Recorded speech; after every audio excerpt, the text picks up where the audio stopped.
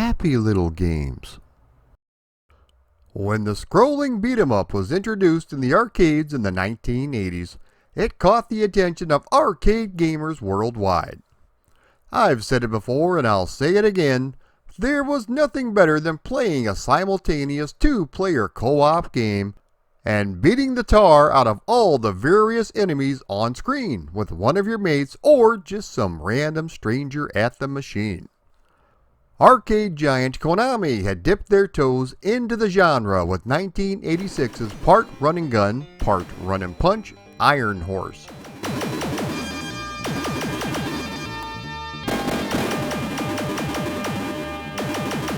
Another beat-em-up released by the company also in 1986 was Mr. Kabuki.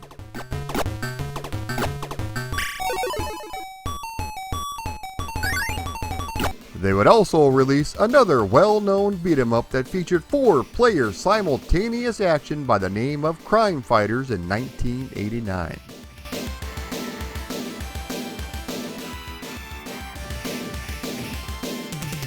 That same year, Konami stumbled upon the winning formula with a combination of the perfect hardware and the perfect license. These radical dudes with attitudes would go on to punch and kick their way not only into our hearts but also our big stack of quarters as well. No, I'm not talking about Battletoads. I'm not even talking about Biker Mice from Mars. I'm talking about the mutated pizza-loving reptiles, the Teenage Mutant Ninja Turtles. But more specifically, the arcade game Teenage Mutant Ninja Turtles, Turtles in Time. What famous professional wrestler has a connection to this game? So put on your mask and grab your nunchucks. This is the history of Teenage Mutant Ninja Turtles, Turtles in Time. The year is 1990 and Konami is looking to follow up its mega successful arcade game Teenage Mutant Ninja Turtles. Before we dive headfirst into the classic arcade game, we've got to go back even further to 1984, when the writer-artist duo Peter Laird and Kevin Eastman were trying to come up with a concept for a comic book. One evening, they were brainstorming and Eastman sketched a humorous Ninja Turtle, which Laird thought was fantastic. With money from a tax refund, they decided to self-publish the book. The original idea was to parody some of the more serious comics on the market at that time, such as Frank Miller's Ronin and Marvel's Daredevil. They published the first issue through Mirage Studios and it was a massive hit. It was initially a black and white comic, so all of the characters wore the same color headbands. They were named after the 4 Renaissance painters Leonardo, Donatello, Michelangelo, and Raphael. Thanks to a crafty licensing agent, soon a cartoon deal was offered up provided the duo could lighten the mood and make a few changes. The Turtles would all wear different colored masks to help identify them easier. It couldn't be anywhere near as violent as the comics. So that meant killing Shredder was a definite no-no, even though it occurred early in the series' life. Something else that was out was their love of beer, being replaced by the sweet, sweet taste of pizza. Konami had seen the success of the original comic book and cartoon, and felt that little would be lost in the translation between the two countries. They felt that the original cartoon would be the perfect license for their hardware. Since there were 4 turtles, they designed the game with 4 simultaneous players in mind, meaning 4 times the profit. It would go on to be Konami's most successful arcade game. No matter what arcade you went into, you could hear this familiar tune playing.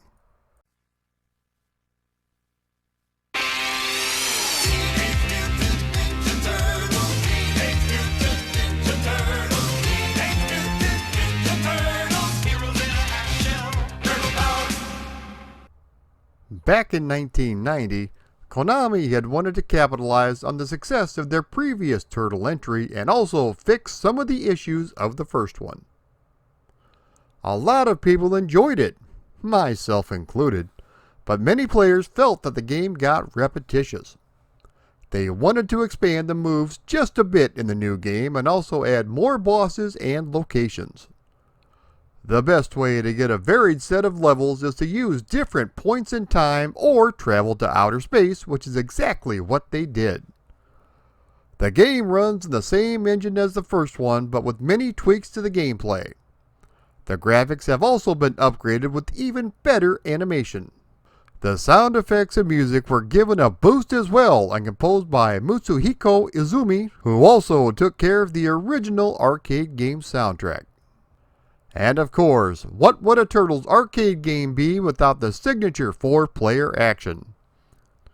Each of the Turtles have their own unique attributes, such as Donatello having a longer, more powerful reach, but not quite as fast. Raphael is probably the fastest in my opinion, but his attacks are not quite as strong, etc.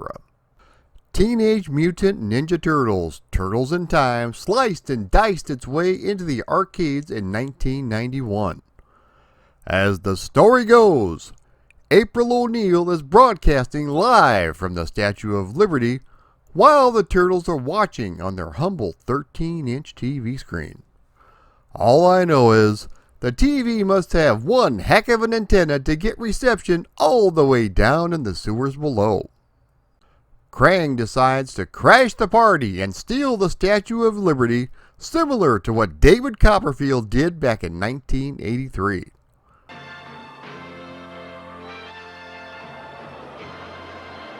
All I know is that when the curtain dropped, the statue was not there and I didn't see it. This is April O'Neil reporting.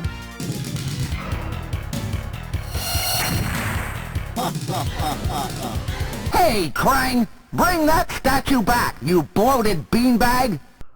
Our 4 heroes have to go on a quest to save the Statue of Liberty, take out all the dastardly criminals, and restore New York City just the way it was.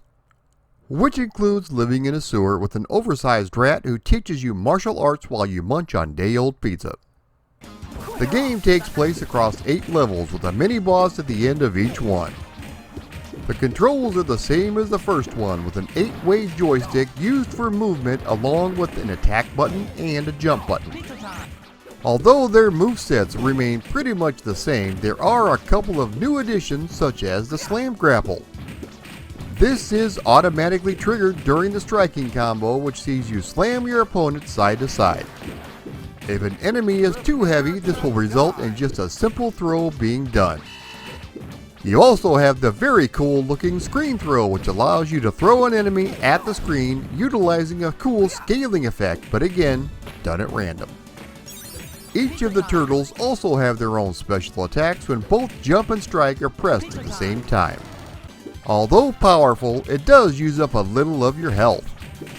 The game takes place across 9 levels with a mini-boss at the end of each one. The levels you will encounter are the Big Apple, 3 a.m.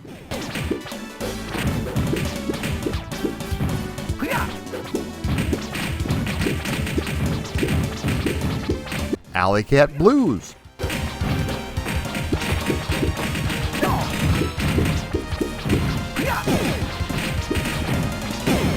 Sewer Surfin',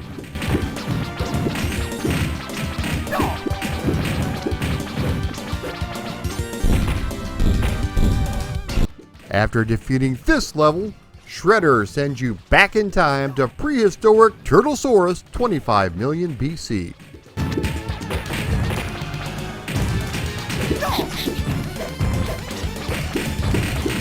Skull and Crossbones, 1530 AD.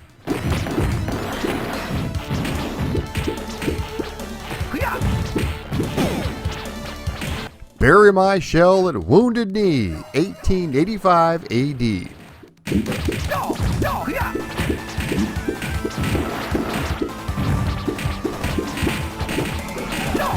Neon Knight Riders, 2020 AD.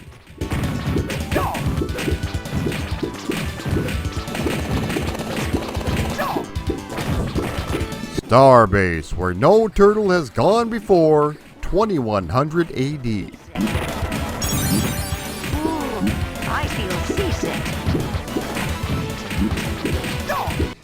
And the final showdown between the Turtles and Shredder takes place at the Technodrome, the final shell shock in the year 1991.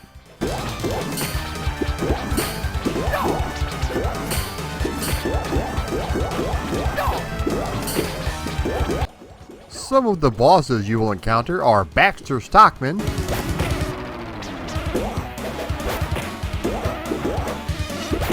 Metalhead,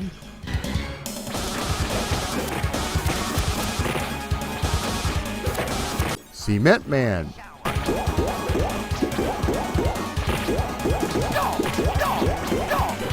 Taka and Razor fighting side by side,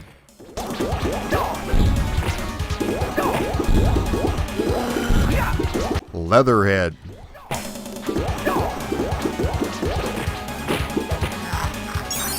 Super Krang,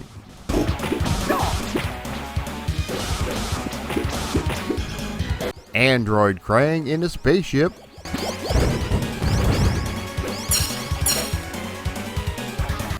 and finally, Shredder.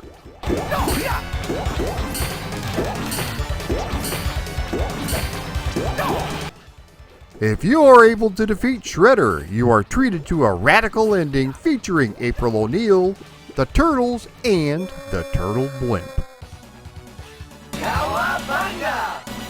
The Teenage Mutant Ninja Turtles, our 4 reptilian heroes, have overcome the Arc-Villain Shredder.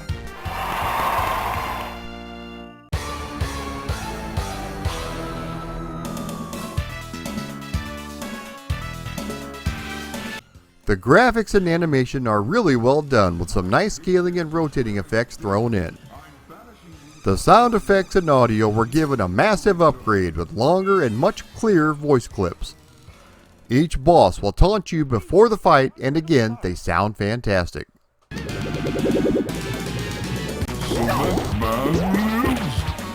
Man, I just had a shower. Face the wrath of Super Krang. I'm going to mangle you green slime balls. For some reason, the original team that provided the voices were not brought back. They sound similar, but not quite exactly the same. The Attract Mode tune was changed from the original cartoon opening to Pizza Power, which was taken from the live TMNT concert known as Coming Out of Their Shell. Since this game was developed while the second movie, Secret of the Ooze, was in production, they decided to include elements from it such as Taka, Razor, and Super Shredder as bosses. Super Shredder was played by professional wrestler Kevin Nash, who would go on to become Big Daddy Cool Diesel in the WWF. Even with all these tweaks and improvements, the gameplay is still silky smooth and it's a fantastic party game. The humor, facial expressions, and voice clips really bring you into the game, and it's almost as if you're playing an actual cartoon. My toes, my toes! My toes, my toes! No!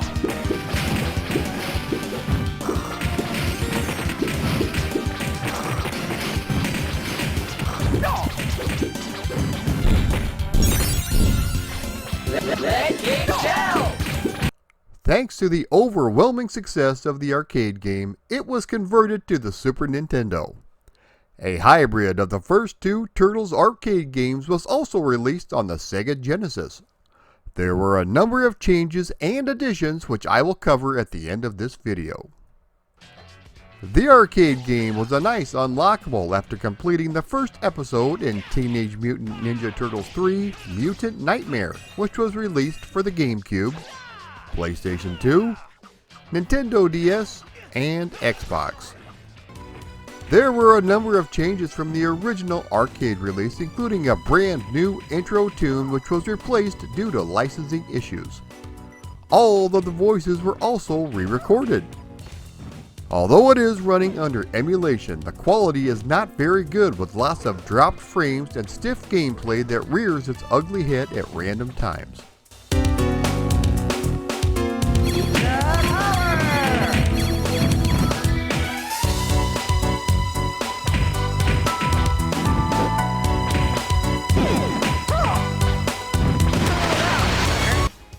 TMNT, Turtles in Time Reshelve, was released in 2009 for the Xbox 360 and PlayStation 3.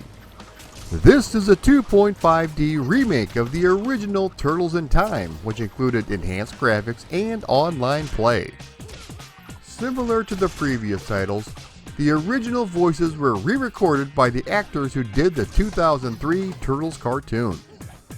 The music has also been redone, but it sounds great. The opening and closing cinematics have been given a nice visual boost and they look fantastic.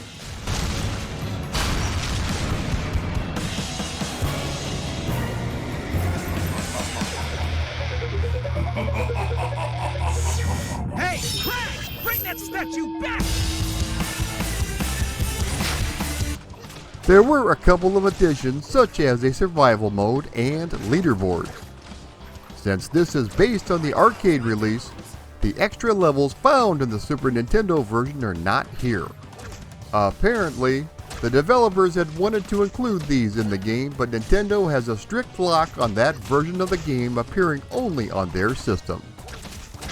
The gameplay is pure turtle power, and it feels like the arcade game only with the eye candy cranked up to 11. Reviews at the time were not so positive, calling it shallow and repetitious, but I thought it really reminded me of the original arcade game. It's a great way to re-experience the original arcade classic. Unfortunately, it was delisted in 2011 and is no longer available.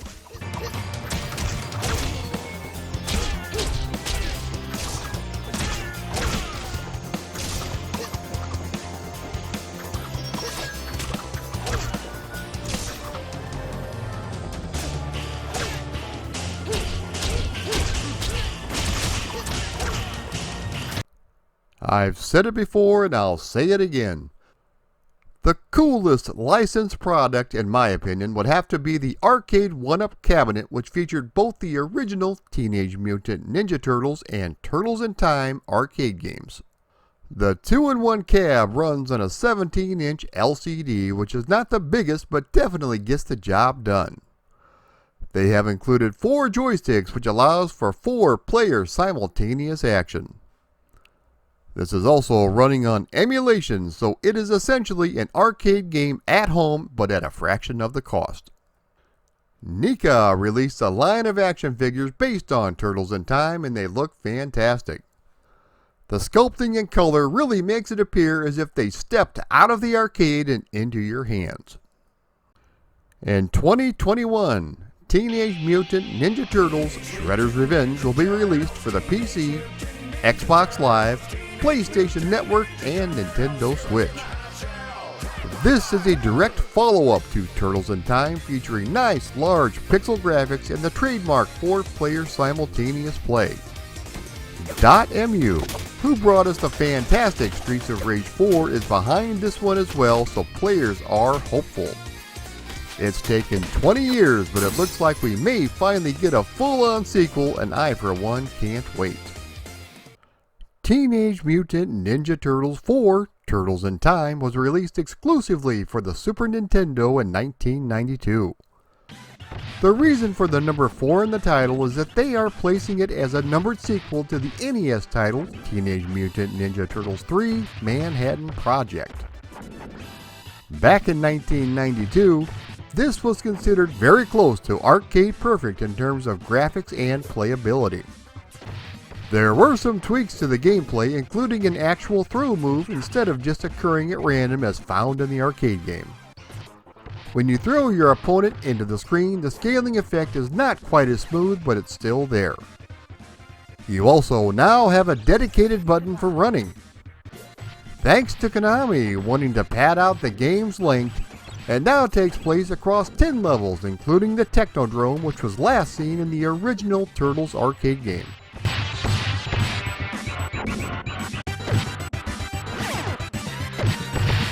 Sewer Surfing,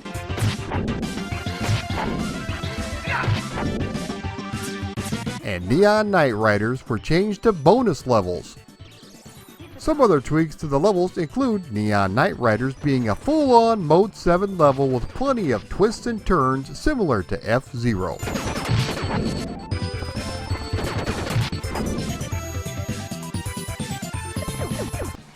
There were a couple of new bosses as well, such as Rat King.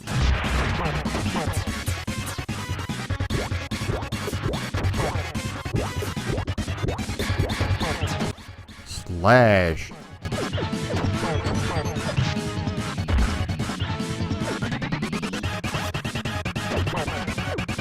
Rocksteady and Bebop.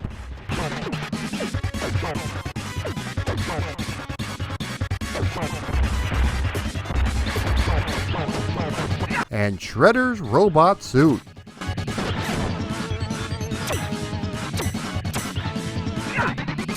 This is also only 2 players simultaneously as opposed to 4. Other additions to the game include a time trial mode,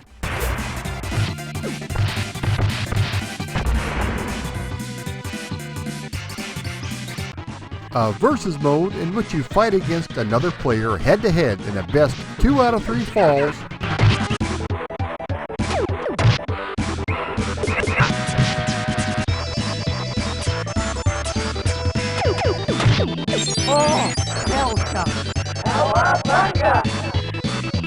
and a very cool color mode which lets you choose between the cartoon's bright colors or a grittier down-to-earth palette which reminded me of the Playmates toys.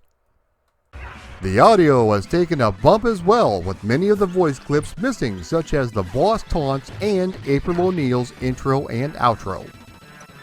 Another thing missing is the Pizza Power tune, which was replaced by an instrumental version of the original Turtles theme.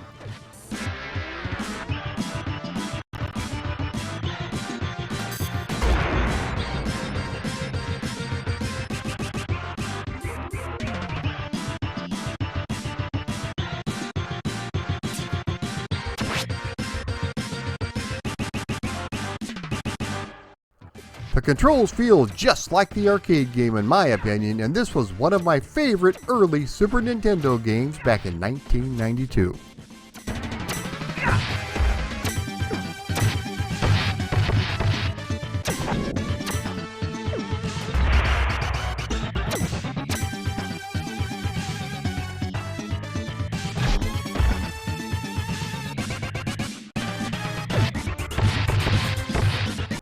A sort of hybrid version was released for the Sega Genesis entitled Teenage Mutant Ninja Turtles: The Hyperstone Heist. This mixes in elements from the first 2 arcade games, though put together in a unique setting for Konami's debut game on the system. As the story goes, Shredder has stolen the Hyperstone from Dimension X to shrink down Manhattan.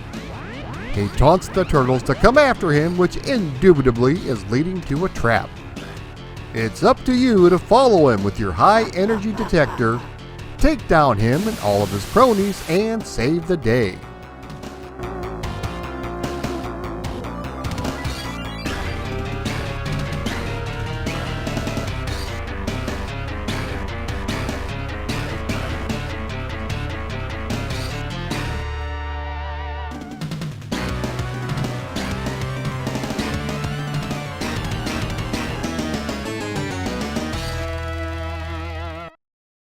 The graphics and playability appear to be lifted straight from Turtles in Time with only one omission, and that is hurling your enemies at the screen. The color palette has a much more grittier and realistic look which fits well with our radical dudes. The game takes place across 5 levels, which is a far cry from the 10 found in the Super Nintendo version. The 5 levels and bosses that you compete against are New York City, in which you face Leatherhead,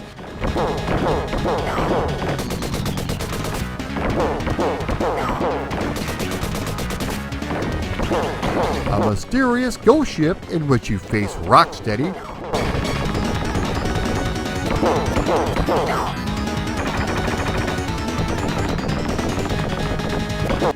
Shredder's hideout in which you have to take on Tatsu,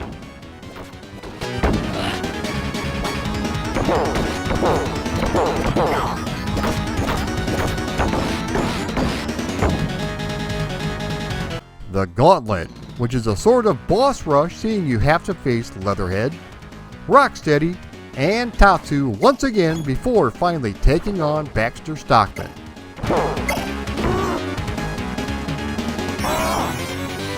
shot.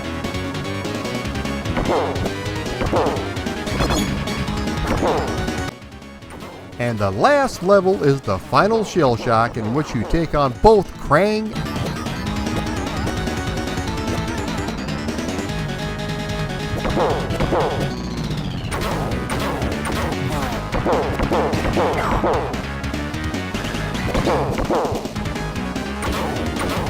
and Super Shredder.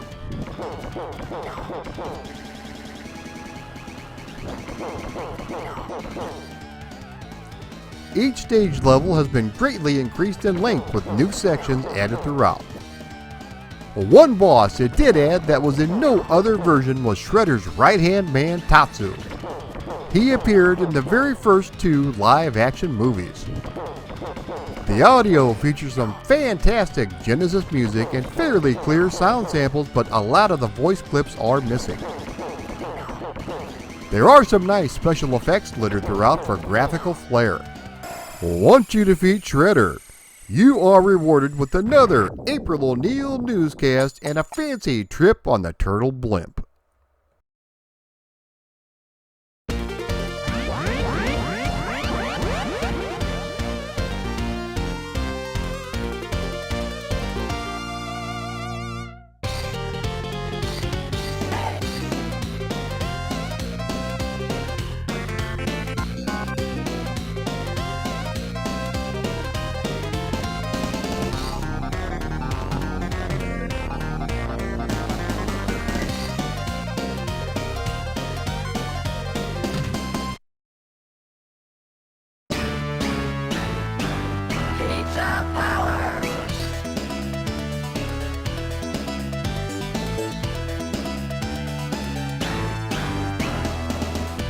The controls are fantastic and it feels like you are playing the arcade game, which is exactly what you want with a home conversion.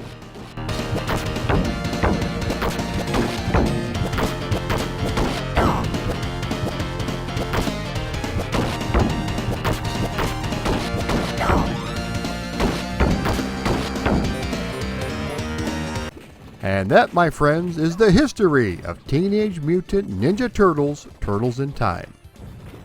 The Turtle arcade games are definitely in my top 5 of all time, including other such heavyweights as Final Fight and Double Dragon.